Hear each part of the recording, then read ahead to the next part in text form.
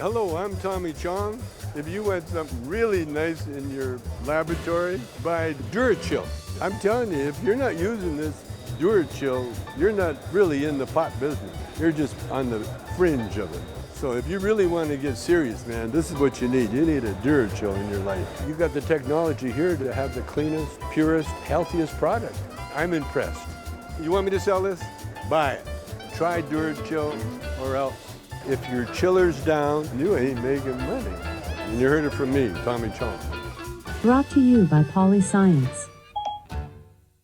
Welcome to Cannabis Tech Talks, your weekly source for news and insights at the intersection of cannabis and technology. This is Patricia Miller, Executive Editor. The foundation of any successful cannabis business is compliance. So for this episode, I'm sitting down with Kady Cravens, Vice President of Compliance Services for SC Labs. Kady, thanks for joining us. Thanks for having me. I'm excited to be here. Yeah, so there's a lot to learn about compliance in the cannabis space. But before we really dive into some of the cool stuff you're doing, maybe you could tell me how you got into the cannabis compliance space and sort of what started that journey for you. Definitely wasn't on purpose.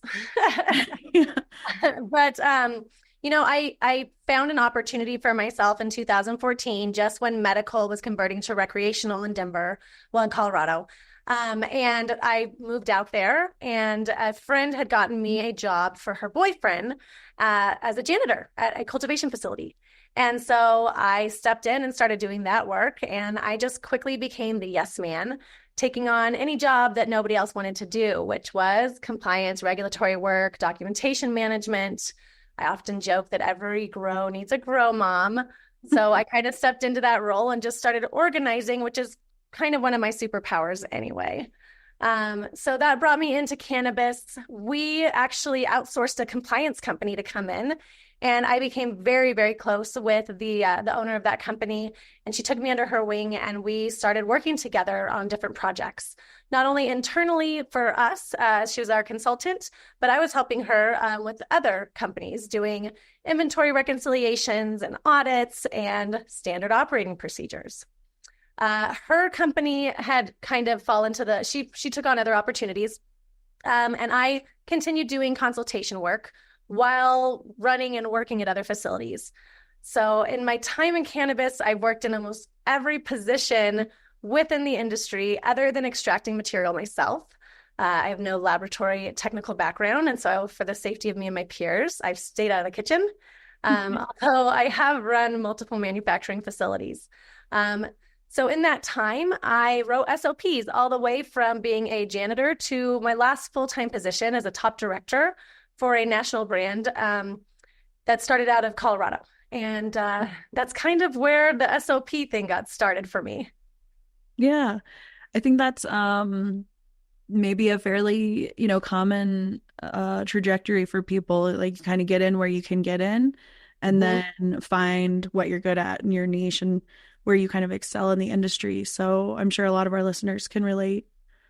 That's the beautiful thing about the cannabis industry. I don't think I would have had the opportunity to really prove myself or present the options that I built in another industry that was maybe more mature. Cannabis has really given me the grounding that I needed to create something for myself, and work that I enjoyed, and promoting something that I've been an advocate for since I was honestly too young to be, but right. Yeah, relatable. So you started building SOPs for people and really looking at compliance. What were some of the common compliance issues you saw people running into? So every time somebody had me come in to do an inventory reconciliation or a facility flip, I would go in and spend 3 months on site, and I would do a gap analysis, and then I would make any recommendations to the processes, retrain staff, usually bring in a new manager, and retrain them before I left them for success, right? My goal is to always leave people so they can succeed. I teach them how to fish. So in that time, though, every single time I was addressing anything, the fix, the solution, the problem all came back to the standard operating procedure. Compliance is a very big umbrella in the cannabis space, and it's also known as kind of a dirty word. So you have a hard time talking to owners and operators using the word compliance because it's just a conundrum. It's something that they've already been so, it's like they just kind of fog over in their eyes, like this again, like I don't want to deal, right? Mm-hmm. But if we talked about process, compliance is just a component of that, right? And the operators are excited to talk about quality. They're excited to talk about their product consistency, their methods. So I had to get people excited about compliance. And we really took it back to the process and then just identifying compliance within the process. I have seen tons of things. A lot of really common things. People aren't wearing their badges properly, right? Which can end up in a fine if it's not, under the neck and above the waist. In most states, I believe that's how it's written. Visitor logs. Properly verifying IDs at the point of sale, because sometimes people get lazy. It's been checked at the front desk. Yeah. I had a client, Sue had a client who the MED came in and looked at the video for 25 minutes for a completely different reason. But one of the bed tenders was taking, this is when they had the difference in the taxes for the states, right? Was taking the ID and just quickly looking to see what state you were from. It was very clear that she was not identifying the person, the expiration date, or that person's age, right? Yeah. $5,000 fine for every time she did that. In the 25 minutes they viewed that camera footage, she saw 5 customers. No way. Oh That my 25 gosh. minutes cost them $25,000. Get out. Is wild. And they could have watched it all day. They could have watched it for weeks. They could have gone as far as they wanted to go. After 25K, they were like, do you get it?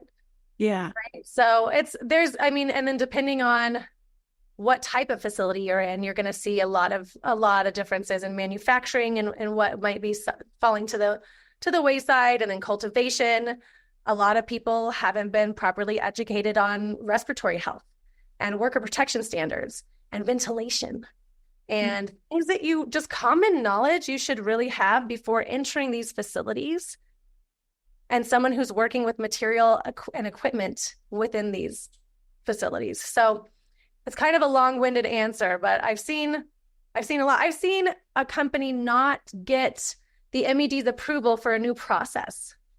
So all of the cartridges that they created were considered backdoor weed. Wow. Because it wasn't confirmed that they could use that process. And so they had to get rid of thousands of carts. That's so expensive. And so that's what I meant, during the intro when I say like the foundation is compliance, because you can put so much heart into your business and then have issues like this come up that just devastate any margin of profit that you might have made, after taxes. So I really appreciate you kind of sharing some of those details with us, because it's something that a lot of people roll their eyes about, but so crucial to keeping your business above board.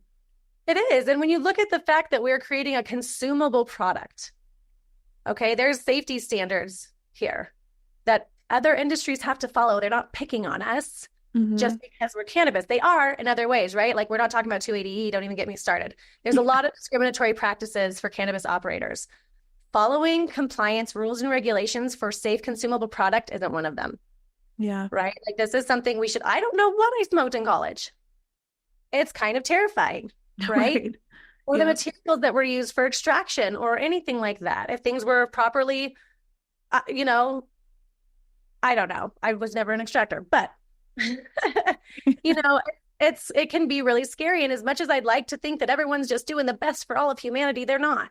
People are selfish. And a lot of the reasons that I even got into this role is because I was sick of being treated horribly by some of the owner operators that I worked for, and the conditions that they thought were okay to put me in, and some of the requests and the things that they were asking of me. And it's like, no, dude, there's workers' rights here.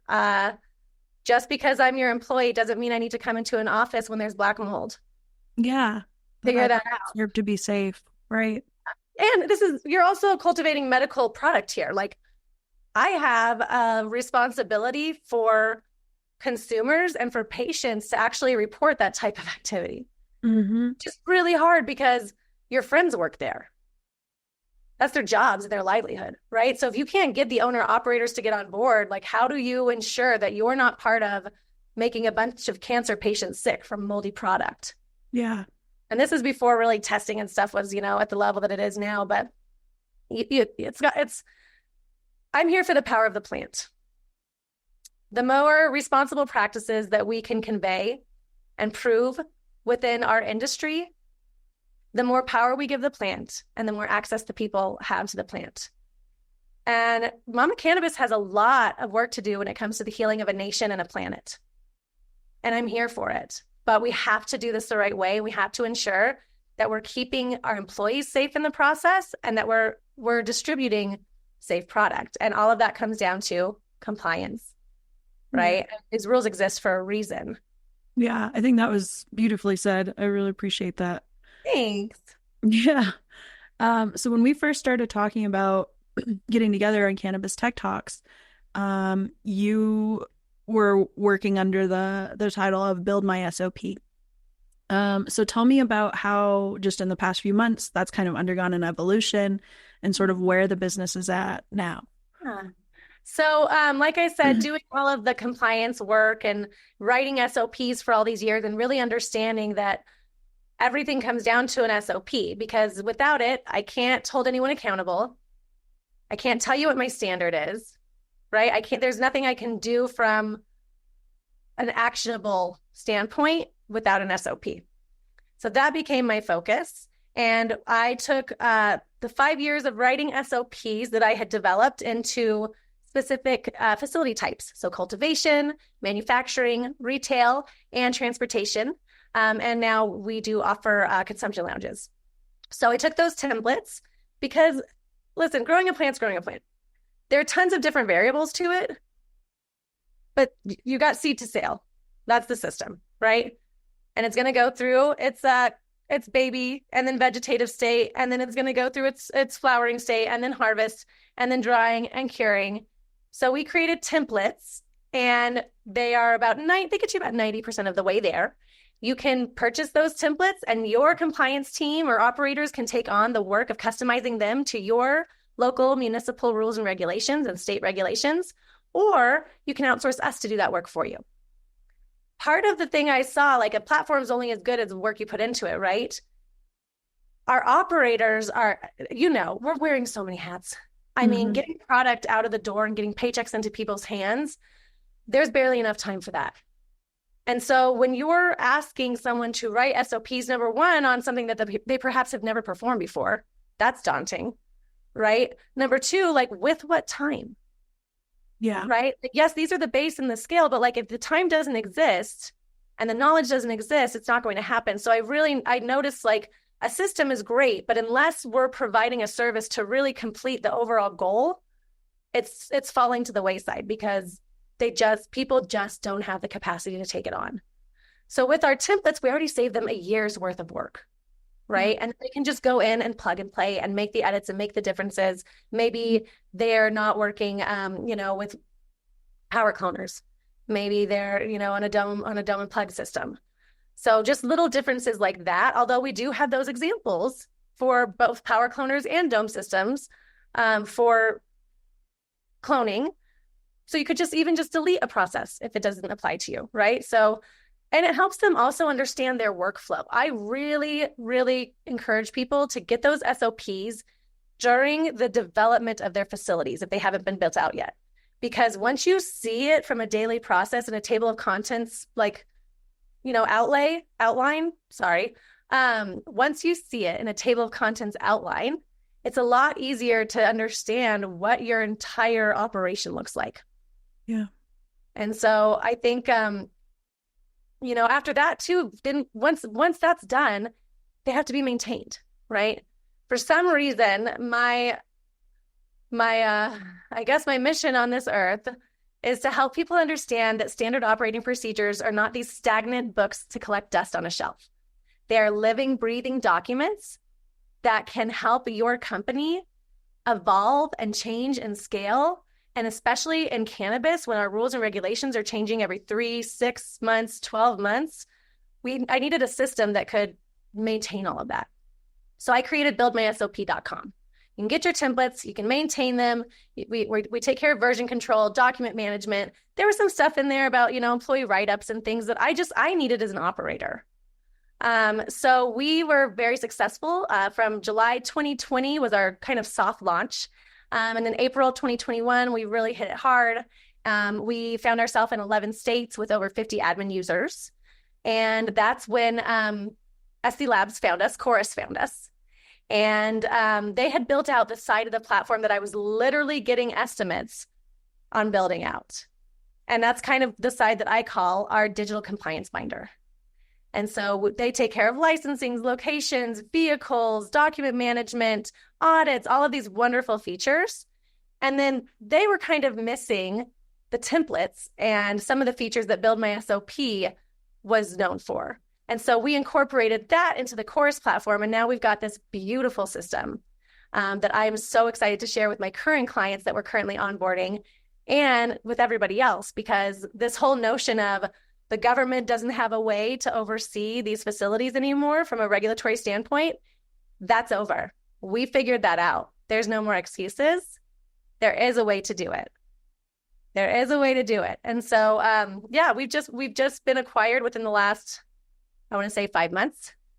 So we've been busy just bringing on feature changes into Chorus, and I've taken on a role of a vice president of compliance services. So it's been really exciting. Yeah, congratulations. That's huge. Thank you. Yeah, it's sometimes I had my head down for so long, right? Just like grinding, working, preaching the power of SOPs. It's kind of weird to look up now and not only see like what I've accomplished, but like the people I'm surrounding myself with. Because SC Labs has an incredible reputation when it comes to integrity. And that's the type of cannabis people I want to work with. Those are the type of operators that we want to help thrive in this industry, right? Or the people who work with honesty, integrity, and really want to put out great product, safe product. Yeah, that's the dream, right? So on that note, we'll take a quick sponsor break to pay the bills. And when we get back, we'll have more from Kady. You deserve a choice in your growing media. With VitaWool, you finally have one. VitaWool plugs, blocks, and slabs are made from 70% recycled content here in North America and give you the precision and control you always get from your growing media with the customer service you've never gotten. See why more growers are switching to VitaWool. Get a spec sheet and join the movement at vidawool.com. All right, and we're back with Kady Cravens. So I'd love to understand, and I think our listeners would too, what are some things that business owners can do to kind of create a stronger culture of accountability, and how do SOPs play a part in that? SOPs are the guideline. SOPs are the thing that you don't have to say anything else. As an owner, operator, manager, did you follow the process? Right? We have a great task management system that I love because you can actually attach any supporting documentation to that task.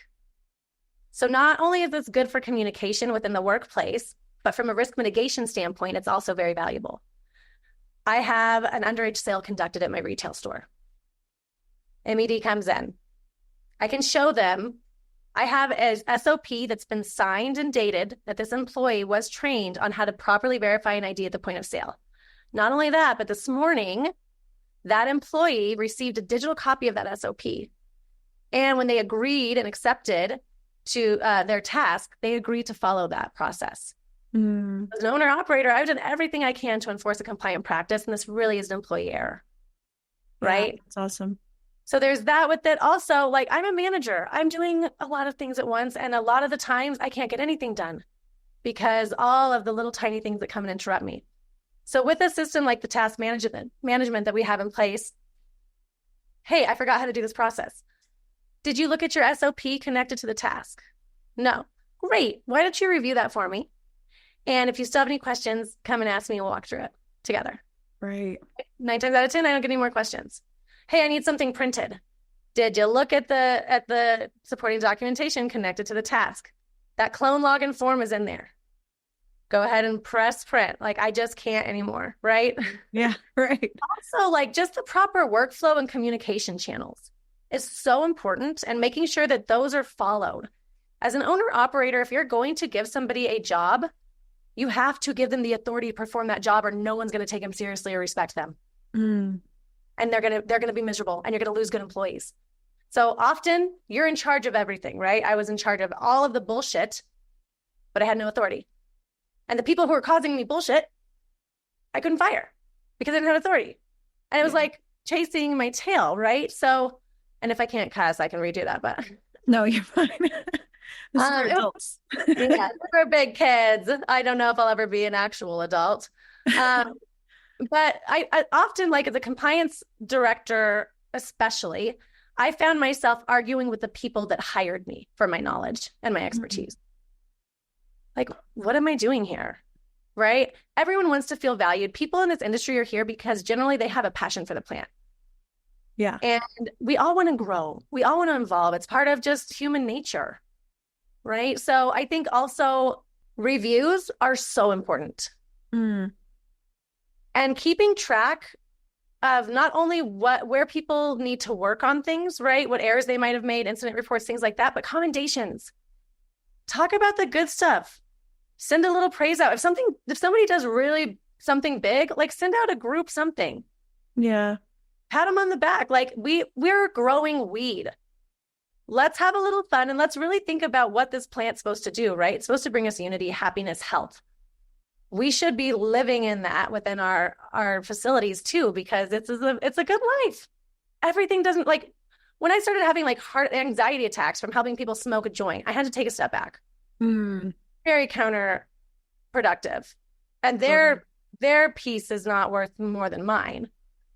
Right? Like this has to be done this can be done in a good way where we can all communicate properly. We can all appreciate each other. It's hard to hold yourselves accountable when you mess up, but as a manager too, hold yourself accountable. That was my mistake, my error. Thank you, team, for being here to help me fix that. Yeah. Right? Owning up for your own shit, because we're humans, right? And that helps you be more relatable to people and they have more respect for you. Sorry. Yeah, no, I think on that note, people, when they're reluctant to set up SOPs and they're like, but I'm having all of these issues and problems with my staff or with my manager. If you have an SOP, something I've been talking to my mom about. She owns a dispensary in New Mexico, and she gets frustrated. I'm like, if you have the SOPs in place, you don't have to be the bad guy. These people know what you expect out of them, and it's written out. It's clear as a bell. There's no question that this was set up already. It's not personal. This is for every person. And actually it is personal. This is my license, and if you mess it up, I can lose it. So it's pretty personal, right? But it's not a personal attack on you. Yeah. It's this is the standard I have set in place, and so it takes out that level of, are you coming at me personally? And it's like, no, I'm not. It takes the victim mentality from things. Exactly. It sets the standard, and you can pull yourself away from it. And it's really hard, especially if you've already started a facility that didn't have the strongest compliant culture. Really hard to implement that down the line. Right. You got to start out with that. And it takes if you do flip it down the line, which everybody in Colorado had to do, right? California, like I've seen a lot of places do it. It helps to have a third party come in and do that flip. I'm known as the wicked witch of the weed in Colorado. I'm fine with that. That's cool. Whatever. I will come in and flip your facility for you. You can call me the bad guy. It's not somebody else got a job. We've been here as long as each other, or this, I have seniority, even though I have no business being a manager because that's not in my skill set. Right. But now I'm a manager because I was here 6 months before you.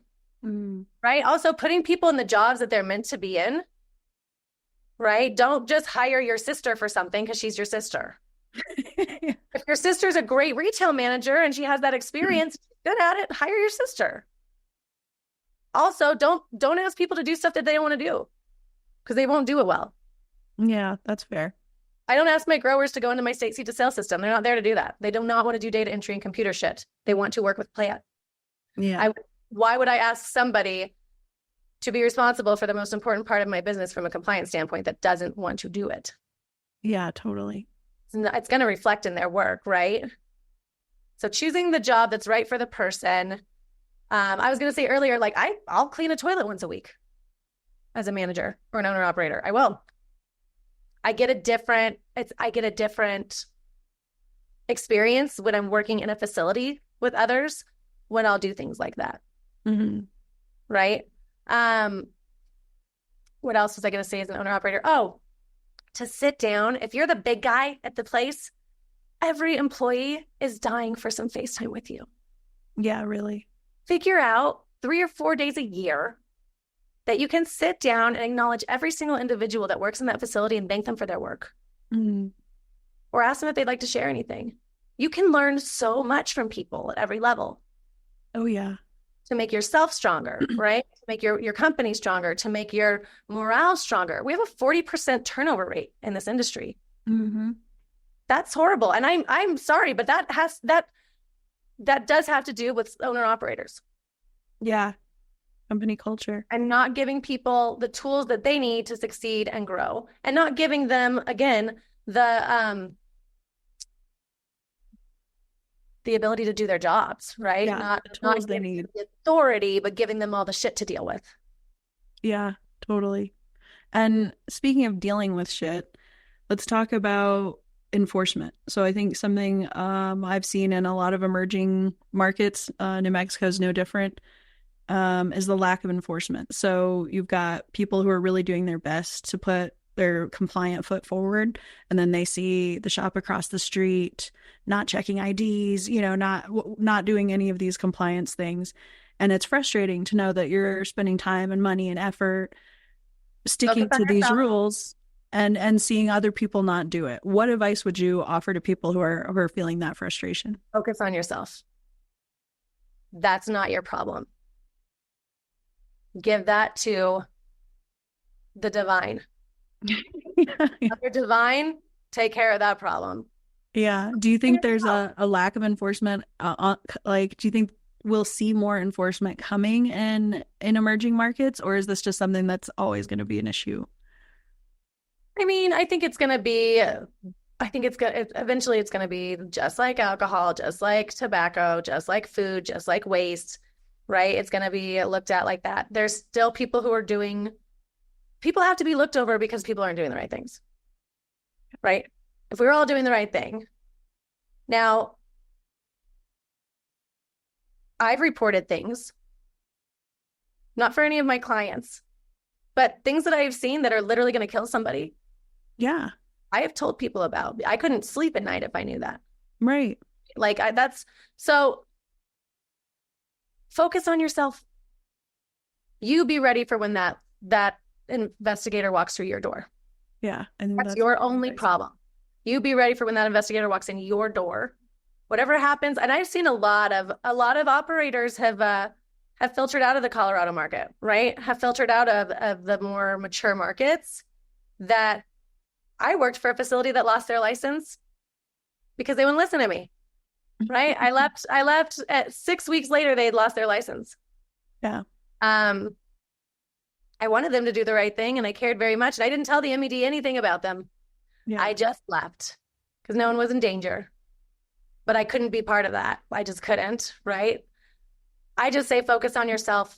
Grow the best product you can. Make sure that your customers are getting the best experience. Make sure that they're getting the best quality. Make sure that your team morale is up. Focus on you and how you can make yourself awesome. That's really, you can't control the other stuff. And if you try to, it's just going to upset you. And what does that do? It takes us 7 hours for our body, our nervous system to re-regulate after being angry. Wow. It's a whole fucking work day. What a waste of a day. Yeah. Words to live by. I appreciate that. Yeah, that's crazy, right? Mm-hmm. But it is frustrating and it is bullshit because people will invest in systems like me or places like me, but then they'll also, that's the thing that kept them open. I've had several people call me and be like, oh my God, I don't know what I would have done without this. Yeah. In Mexico with people doing the wrong thing. So who's to say? Yeah, I appreciate that. Well, let's look forward. What do you see sort of on the horizon for the regulatory compliance landscape? What do you see coming down the pipeline? SC Labs is doing some really cool things, and now we're going to be able to provide some analytical backed SOPs, right? We have analytical data for 15 years with SC Labs and testing. We can really help in those fail tests and really getting back to why did we fail? Was this an environmental thing? Was it, was it part of the product we were using? Whatever. So we'll help you identify those fail tests. We'll help you rewrite your SOPs. We'll get them onto a system that helps you to maintain those SOPs, keep your version control, all the things you need to do from a compliance standpoint, right? As well as distribute that information to your employees, as well as being able to grow and scale it, right? The system really helps with all of that. So with SC Labs and the compliance services, we really want to become that fractional compliance director for you guys. Or we want to support your compliance director. Our system can be an amazing support for them so that they can really focus on their job. Or, if you guys are a smaller mom and pop shop and we don't have the full salary for a compliance director, we can help you with those fractional services. Once we've done a customization service, we can help you on either an annual, biannual, or quarterly basis to review and update those SOPs. Depending on what's going on in your state. We know the newer states will have emergency rule releases and there'll be more changes. And then after the first 5 years, it's kind of like an annual thing, more 6 months to a year. So you might need more at the beginning and less in the end, but we're offering, audit services. I'm doing an inventory reconciliation here in Albuquerque this week. So just a lot of different things to make sure that we can help you guys get to that A compliance score, right? And you guys can confidently walk an inspector in and say, I love this. One of my clients said, the inspector said, I've never left a facility without writing a violation. I can't leave yet. And he was like, I got Kady. What do you want? Ask me anything. I want every operator of mine to feel that much confidence when they have an inspector at their door. I love that. So, Kady, where can our listeners go to kind of keep up with what you're doing and follow along with the SC Labs journey? Great question. Well, for me personally, you can keep up with me on my LinkedIn. Is a great place. I'm always sharing lots of really good information there. So at Kady Cravens. And then also on my socials, Kady, the SOP lady. And then chorus.cc is where you can find out more about our amazing digital compliance binder and SOP platform and services. I love that. I think I'll be checking that out. It sounds like a good set of tools. I would love to show you the retail ones actually for your mom. I think you'll be like, take these, please. Yeah, exactly. Yeah, I'll take you up on that. All right, we'll find the time. Well, I appreciate you chatting with us. I know I learned a lot. Are there any final thoughts you'd like to share with our listeners? I would like to share kind of my 3 keys of compliance. Awesome. So accuracy, consistency, and transparency. If you want to be compliant, act like it. Really, that's the 3 things that the state can want of us the most. Be accurate, be consistent, and be transparent. I love that. Act like it. That's cute. Act like it. That's great. Awesome. Well, I think we'll wrap it there. Thanks for joining us, Kady. It was really a pleasure. So nice to meet you. Thanks for having me. We'll talk soon. All right. I can't wait. For our listeners, if you'd like to learn more about emerging cannabis technologies, be sure to like this podcast and subscribe to Cannabis Tech Talks. You can also grab the most recent issue of Cannabis and Tech Today on a newsstand near you, or grab a digital issue at canatechtoday.com. Until next time, stay elevated.